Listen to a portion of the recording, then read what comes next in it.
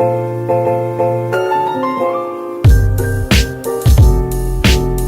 guys, it's CP and today we're going to be making Puto. Puto is not just a bad word in another language. I'm not cursing. It's actually a Filipino rice dessert. It's really common at Filipino parties and we're going to be creating this thanks to this book, the Filipino Instant Pot Cookbook. So shout out to Jenn. Thank you for sending this over for me.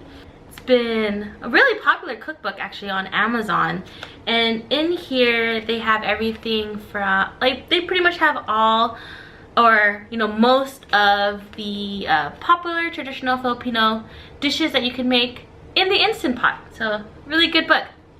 They also have a lot of desserts in here, and so I'm not one to usually make desserts. I'm terrible at baking, but I did want to give this a try, so we're going to be using this book to reference a step-by-step guide on how to make puto. Let me know if you guys try this out. Let me know if you guys have this book, and if there's anything in here you guys would like me to create a video on, let me know. Let's get started. It says, in a large bowl, combine the flour, so that's 2 cups of rice flour. So here's 1, 2, 3/4 cups of sugar, 2 teaspoons of baking powder, 1/4 teaspoon of salt, 1 can of coconut milk. Mix well with a whisk.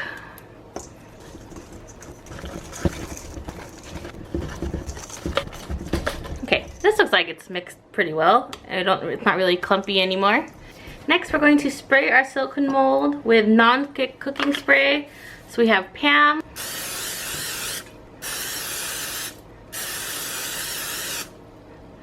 These egg molds are a staple in Instant Pot accessories, so something I recommend. Next I'm going to do is I'm going to fill up a cup with just some of the mixture.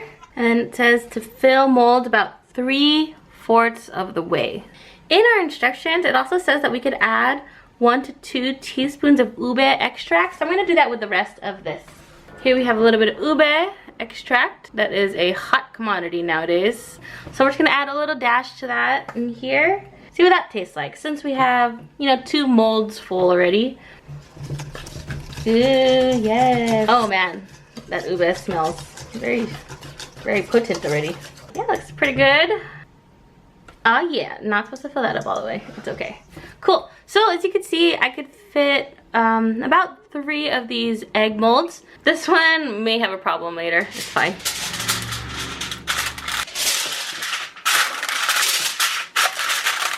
Then you're gonna take your trivet and place 2 of your egg molds on top. A 6-quart could only hold 2, so you have to do the 3rd one after.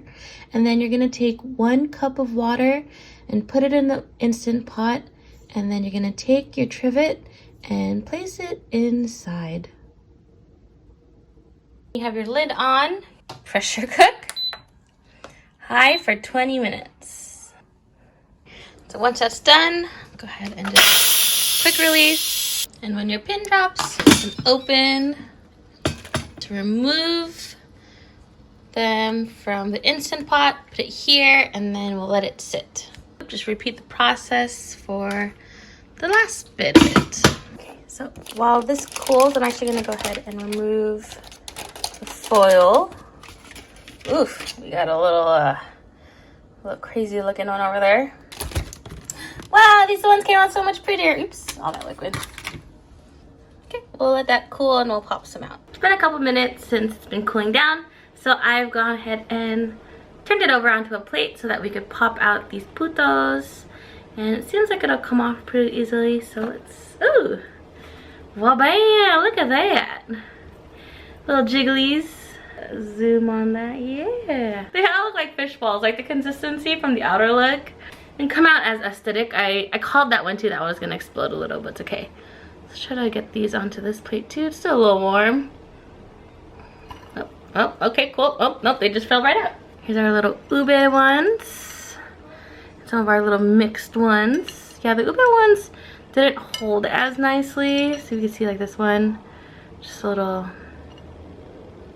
crack compared to these white ones. The white ones came out beautifully. So I'm gonna give it a try. The ube one smells really good. It smells like ube. The plain white one just smells like coconut. So let's give this a try. It's still warm. So this is supposed to be a little bit cooler, but I am wanting to give this a try. Here is a puto made in the Instant Pot. See, it's pretty dense. It's not bready like we would normally see in puto.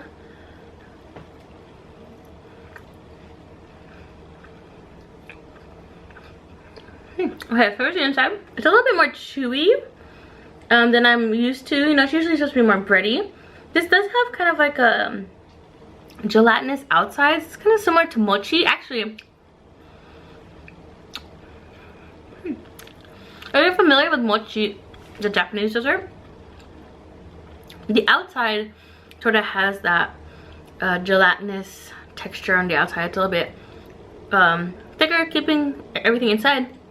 And when you bite, that's actually when you get sort of more of this like bread, which is more traditionally puto. Tastes good. At first glance, it looks a little wrong. It still tastes very good. It does have a much more of a rough outside. I think if that was a little thinner, it'd taste a little bit better. But it's not, overall it's not a bad experience. I enjoy these. I could continue eating these. But I just wonder over time, like if it sits out, maybe after a day or two, if it'll just get really hard. But for right now, it's really good. Let me go ahead and try what it tastes like with the ube. So this one, I put a little bit of the ube flavoring. And it didn't come out as aesthetic as the last one. There are cracks in these a little bit. Same as a regular coconut. It's a little bit more dense and bready on the inside. And the outside has a mochi layer. The flavor is not too overbearing on the ube. I think this is just definitely for aesthetics and purple. A little hint of ube, but definitely heavier on the coconut. Good. Nice sweet. It's not too sweet. I was a little hesitant to put 3/4 cups of sugar and then the whole can of coconut milk. But this is it's a nice dessert to have. It's not too sweet.